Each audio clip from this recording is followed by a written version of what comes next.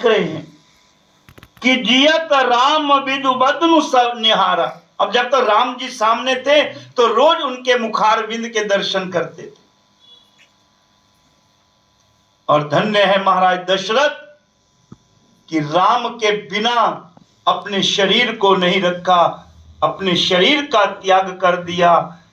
जन्म राम दर्शन से सवारा और मृत्यु राम के नाम से सवार ली। जिस मरने से जग डरे मेरे मन आनंद, मरने से ही मिलेंगे पूर्ण ब्रह्मानंद। और जैसे ही महाराज दशरथ जी ने अपने शरीर का त्याग किया, महारानी कौशल्या की चीख निकली, और चीख निकली तो सारा महल एकदम समझ गया कि रघुकुल का सूर्य अस्त हो चुका है। विलाप होने लगा, पूरे अवध में विलाप होने लगा।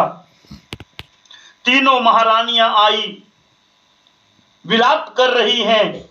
और देखो धन्य है मां कौशल्या। कौशल्या को ज्ञान का स्वरूप कहा गया है। उस समय बहस नहीं करी, उस समय विवाद नहीं करा कि तेरे कारण ये सब हुआ। तो कहीं को कह सकते थे, आजकल थोड़ा बहुत किसी से कोई हो जाए तो दोष लगाने में भी पीछे नहीं हटते, ये तेरे कारण हुआ, ये तेरे कारण हुआ।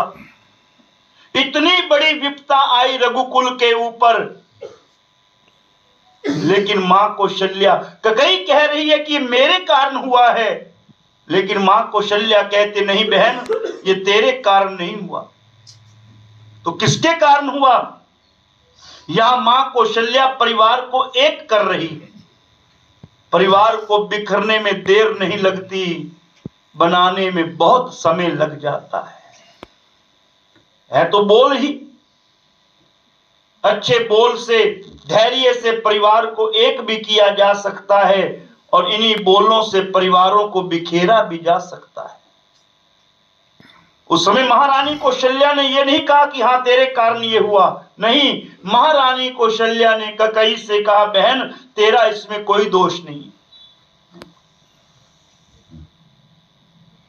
कौशल्या बोली क्या बतलाऊं, चौथेपन में यह ताप हुआ, उस अंधे अंधी तापस का इस तरह पूरा शाप हुआ, इस तरह पूरा श्राप हुआ। ये तेरा दोष नहीं है,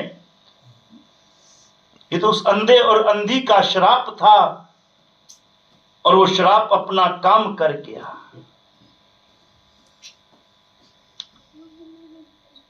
यहां महारानी कौशल्या ने परिवार को एक रखा, बिखरने नहीं दिया। और यही राम कथा हम सबको सिखाती है।